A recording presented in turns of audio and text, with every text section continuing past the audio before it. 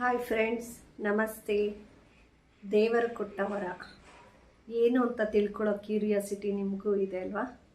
ಜೀವನದಲ್ಲಿ ಎಲ್ಲವೂ ಸುಲಭವಾಗಿ ಸಿಕ್ಕಿದ್ರೆ, ಫ್ರೀಯಾಗಿ ಸಿಕ್ಕಿದ್ರೆ ಯಾವುದೇ ವ್ಯಕ್ತಿಗಾಗಲಿ ವಸ್ತುಗಾಗಲಿ ಬೆಲೆ ಇರೋದಿಲ್ಲ.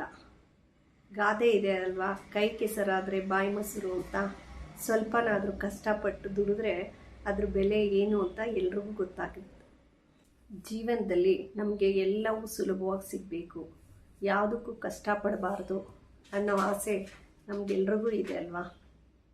ಒಂದು ನಮಗೆ ಸುಲಭವಾಗೇ ಸಿಕ್ಕಿರುತ್ತೆ, ಆದರೆ ನಾವು ಅದನ್ನು ಸರಿಯಾದ ರೀತಿಯಲ್ಲಿ ಉಪಯೋಗಿಸ್ಕೊಂಡಿರಲ್ಲ. ಯಾಕೆಂದರೆ ಅದ್ರ ಬಗ್ಗೆ ನಮಗೆ ಅರಿವೇ ಇರಲ್ಲ. ಒಮ್ಮೆ ಶ್ರೀಕೃಷ್ಣನ ಹತ್ರ ಒಬ್ಬ ಭಕ್ತ ಕೇಳ್ತಾನೆ, ಹಣೆ ಬರಹದಲ್ಲಿ ಎಲ್ಲವೂ ಇದೆ ಅಂತ ಅಂದಮೇಲೆ ನಾವು ಯಾಕೆ ಯಾವುದಕ್ಕಾದರೂ ಕಷ್ಟಪಡಬೇಕು, ಪ್ರಯತ್ನ ಪಡಬೇಕು ಅಂತ. ಆದರೆ ಅದಕ್ಕೆ ಶ್ರೀಕೃಷ್ಣ ಒಂದು ಸುಂದರವಾದ ಉತ್ತರವನ್ನು ಕೊಡ್ತಾರೆ. ಯಾರಿಗೆ ಗೊತ್ತು, ಹಣೆ ಬರಹದಲ್ಲಿ ಪ್ರಯತ್ನ ಪಟ್ಟೇ ಪಡ್ಕೋಬೇಕು ಅಂತ ಇರಬಹುದು ಅಂತ. ಇದು ನಿಜ ಅಲ್ವಾ? ದೇವರು ಕೊಟ್ಟ ವರ ಏನು ಅಂತ ಎಲ್ಲರೂ ಕ್ಯೂರಿಯಸ್ ಆಗಿದ್ದೀರಲ್ವಾ? ಅದೇನು ಅಂತ ಒಂದು ಪುಟ್ಟ ಕಥೆಯ ಮೂಲಕ ನಿಮ್ಗೆಲ್ರಿಗೂ ಹೇಳೋದಕ್ಕೆ ಇಷ್ಟಪಡ್ತೀನಿ. ಒಂದು ಹಳ್ಳಿಯಲ್ಲಿ ಒಬ್ಬ ದೇವರ ಭಕ್ತ ಇದ್ದ. ಅವನು ತುಂಬ ದೇವ್ರ ಮೇಲೆ ಭಕ್ತಿಯನ್ನು ಇಟ್ಕೊಂಡಿದ್ದ, ಪೂಜೆ ಪುನಸ್ಕಾರ ಮಾಡ್ತಾ ಇದ್ದ. ಒಮ್ಮೆ ಆ ಹಳ್ಳಿಯಲ್ಲಿ ಫ್ಲಡ್ ಆಗುತ್ತೆ. ತುಂಬ ಗುಡುಗು ಮಿಂಚು ಮಳೆ, ಊರೆಲ್ಲ ತುಂಬ ಹೋಗುತ್ತೆ. ಊರಿನ ಜನ ಎಲ್ಲರೂ ಊರು ಬಿಟ್ಟು ಹೋಗೋಣ ಅಂತ ಡಿಸೈಡ್ ಮಾಡ್ಕೊಂಡು ಅಲ್ಲಿಂದ ಹೊರಡ್ತಾರೆ. ಆ ಸಮಯದಲ್ಲಿ ಆ ಭಕ್ತನೂ ಕೂಡ ಕರೀತಾರೆ. ಮಳೆ ತುಂಬ ಜೋರಾಗಿದೆ, ಇಲ್ಲಿರೋಕ್ಕೂ ಸಾಧ್ಯ ಇಲ್ಲ, ಹೊರಗೆ ಹೋಗೋಣ ಅಂತ. ಆದರೆ ಆ ಭಕ್ತ, ನಾನು ನಂಬಿರೋ ದೇವರು ನನ್ನನ್ನು ಕೈ ಬಿಡಲ್ಲ, ಆ ದೇವರೇ ಬಂದು ನನ್ನನ್ನು ಕಾಪಾಡ್ತಾನೆ ಅಂತ ಹೋಗಲ್ಲ. ಅವರೆಲ್ಲ ಕರೆದ್ರೂ ಹೋಗಿಲ್ಲ, ಎಲ್ಲರೂ ಅಲ್ಲಿಂದ ಹೊರಟೋಗ್ತಾರೆ. ಆಮೇಲೆ ಒಂದು ಬೋಟ್ ಬರುತ್ತೆ. ಬೋಟಲ್ಲಿ ಆ ವ್ಯಕ್ತಿಯನ್ನು ಸೇವ್ ಮಾಡಬೇಕು ಅಂತ ಬರ್ತಾರೆ. ಆ ಸಮಯದಲ್ಲೂ ಕೂಡ ಆ ವ್ಯಕ್ತಿ ಅವ್ರ ಜೊತೆ ಹೋಗಲ್ಲ. ನನ್ನ ದೇವರಿದ್ದಾನೆ, ದೇವ್ರು ಕಾಪಾಡ್ತಾನೆ ಅಂತ ಅಲ್ಲೇ ಉಳಿತಾನೆ.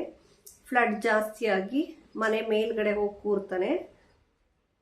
ಮತ್ತೆ ಒಂದು ಹೆಲಿಕಾಪ್ಟರ್ ಬರುತ್ತೆ. ಹೆಲಿಕಾಪ್ಟರಲ್ಲಿ ರೋಪ್ ಬಿಟ್ಟು ಅವನ್ನ ಕರ್ಕೊಂಡು ಹೋಗೋಣ ಅಂತ. ಆವಾಗಲೂ ಅವನು ಹೇಳ್ತಾನೆ, ನನ್ನ ದೇವರೇ ಬಂದು ಕಾಪಾಡ್ತಾನೆ, ನಾನು ದೇವ್ರು ನಂಬಿದ್ದೀನಿ, ನೀವು ಹೋಗಿ, ನಾನು ಬರಲ್ಲ ಅಂತ. ಎಲ್ಲರೂ ಹೊರಟೋದ್ಮೇಲೆ ಫ್ಲಡ್ ಜಾಸ್ತಿ ಆಗುತ್ತೆ. ಆ ವ್ಯಕ್ತಿ ಅಲ್ಲೇ ಸತ್ತು ಹೋಗ್ತಾನೆ. ಸತ್ತ ನಂತರ ಆ ವ್ಯಕ್ತಿ ದೇವ್ರ ಹತ್ರ ಹೋಗ್ತಾನೆ. ಅಲ್ಲಿ ಹೋಗಿ ದೇವ್ರ ಹತ್ರ ಕೇಳ್ತಾನೆ, ದೇವರೇ, ನಾನು ನಿನ್ನನ್ನು ಎಷ್ಟು ಪೂಜಿಸ್ತೀನಿ, ನನಗೆ ನಡು ನೀರಿನಲ್ಲಿ ನೀವು ಕೈ ಬಿಟ್ರಿ, ನನಗೆ ಸಪೋರ್ಟ್ ಮಾಡಲಿಲ್ಲ ನೀವು, ನಾನು ಹಾಗಾಗಿ ಸತ್ತೋದೆ, ನಾನು ಏನು ತಪ್ಪು ಮಾಡಿದೆ, ನನ್ನಿಂದ ಏನು ತಪ್ಪಾಯಿತು ಹೇಳಿ ಅಂತ ದೇವ್ರ ಹತ್ರ ಕೇಳಿದಾಗ ದೇವ್ರು ಹೇಳ್ತಾನೆ, ನೀನು ಪ್ರತಿ ಸಲ ಕರೆದಾಗಲೂ ನಾನು ನಿನಗೆ 3 ಅವಕಾಶವನ್ನು ಕೊಟ್ಟೆ. ನಾನು ಎಲ್ಲ ರೀತಿಯಿಂದಲೂ ನಿನಗೆ ಸಪೋರ್ಟ್ ಮಾಡಿದೆ. ಮೊದಲಿಗೆ ಊರು ಜನರ ರೂಪದಲ್ಲಿ ನಾನು ನಿನ್ನನ್ನು ಹೊರಗಡೆ ಕರ್ಕೊಂಡು ಹೋಗೋಕ್ಕೆ ಕರೆದೆ, ನೀನು ಬರಲಿಲ್ಲ.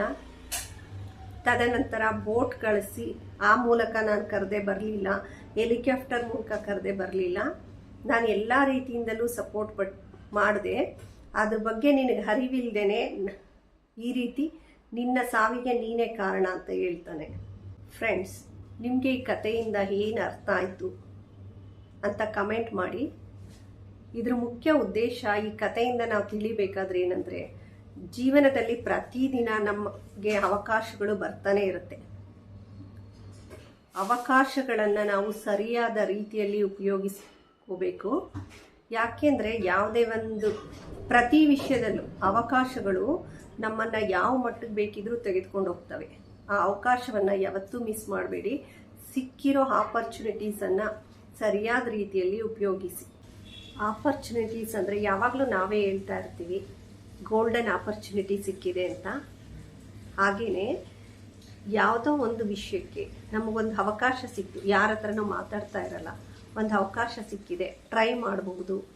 ಎಲ್ಲೋ ಒಂದು ಪ್ರಯಾಣ ಮಾಡೋದಿರುತ್ತೆ, ಒಂದು ಅವಕಾಶ ಸಿಗುತ್ತೆ, ಮಾಡ್ಬೋದು. ಯಾವುದೋ ಒಂದು ಜಾಬ್ಗಾಗಲಿ, ಒಬ್ರಿಗೆ ಹೆಲ್ಪ್ ಮಾಡೋದಕ್ಕಾಗಲಿ, ನಮಗೆ ಸಿಕ್ಕ ಅವಕಾಶವನ್ನು ನಾವು ಯಾವತ್ತೂ ಮಿಸ್ ಮಾಡ್ಕೋಬಾರ್ದು. ಅದರಿಂದ ಯಾವ ರೀತಿ ಬದಲಾವಣೆ ಬೇಕಿದ್ರೂ ಆಗಬಹುದು. ಹಾಗಾಗಿ ನಿಮಗೆ ಸಿಕ್ಕ ಅವಕಾಶವನ್ನು ಸರಿಯಾದ ರೀತಿಯಲ್ಲಿ ಸದುಪಯೋಗ ಮಾಡಿಕೊಳ್ಳಿ. ಈಗ ಗೊತ್ತಾಯ್ತಲ್ವಾ ದೇವರು ಕೊಟ್ಟ ವರ ಏನು ಅಂತ. Don't miss it. Thank you friends. Friends, ನಿಮಗೆ ಈ ವಿಡಿಯೋ ಇಷ್ಟ ಆಗಿದ್ದರೆ ಲೈಕ್ ಮಾಡಿ, ಶೇರ್ ಮಾಡಿ, ಸಬ್ಸ್ಕ್ರೈಬ್ ಮಾಡಿ. Thank you.